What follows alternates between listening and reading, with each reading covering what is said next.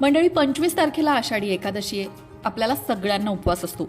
पण एकादशी आणि दुप्पट खाशी असं जर तुम्हाला तुमचं होऊ नये वाटत असेल तर व्हिडिओ शेवटपर्यंत नक्की ऐका.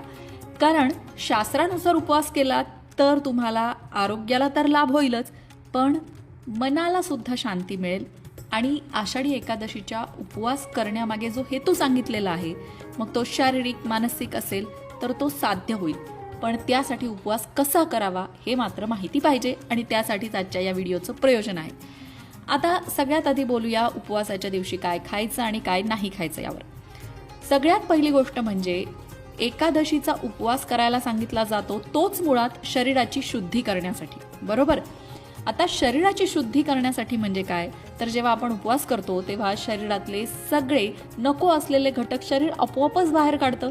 सगळी स्वच्छता शरीर आपोआप करतं, कुठलेही औषधं घेण्याची गरज नाही.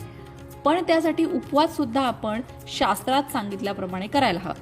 तुम्हाला माहिती आहे का, जपानचे एक शास्त्रज्ञ आहेत, त्यांनी 2016 साली शोध लावला की ॲटोफिजी या कन्सेप्टचा. म्हणजे जर तुम्ही 16 तास उपाशी राहिलात तर शरीरामध्ये एक अशी यंत्रणा कार्य करायला चालू करते की ती शरीरातले सगळे नको असलेले घटक आपोआप बाहेर फेकते आणि शरीर स्वच्छ करते.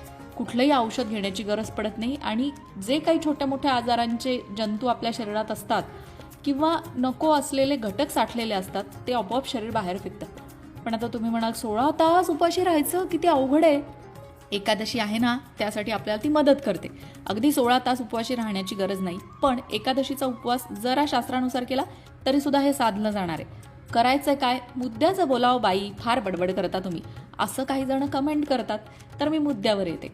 एकादशीच्या दिवशी तळलेले कुठलेही पदार्थ खायचे नाहीत. साबुदाणा वडे नाही, वाटलं तर कधीतरी नंतर करून खा तुम्हाला आवडत असतील तर.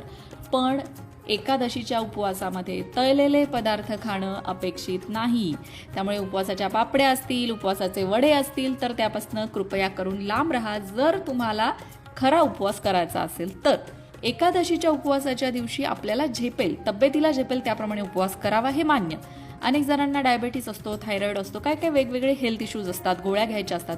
त्यामुळे अर्थात अगदी उपाशी पोटी राहून उपवास करायला तुम्हाला कोणीही सांगत नाही. भगर तुम्ही खाऊ शकता, सुंदर पर्याय आहे भगर, आणि भगर आरोग्यदायी सुद्धा आहे बरं का. भगरीचे तुम्ही जर गुगल केलं तर तुम्हाला एवढे फायदे सापडतील शरीरासाठी, तर भगर खाऊ शकता. मग भगरीच्या रेसिपी सुगरणींना सांगायला नकोच, भरपूर असतात. पण तळलेलं अजिबात खाऊ नका. बटाट्याचे चिप्स किंवा बटाटाचे साबुदाणा वडे, बटाट्याच्या पापड्या, आणि बटाटा सुद्धा कृपा करून खाऊ नका. बटाटा उपवासाला चालतो हा शोध आपल्याकडे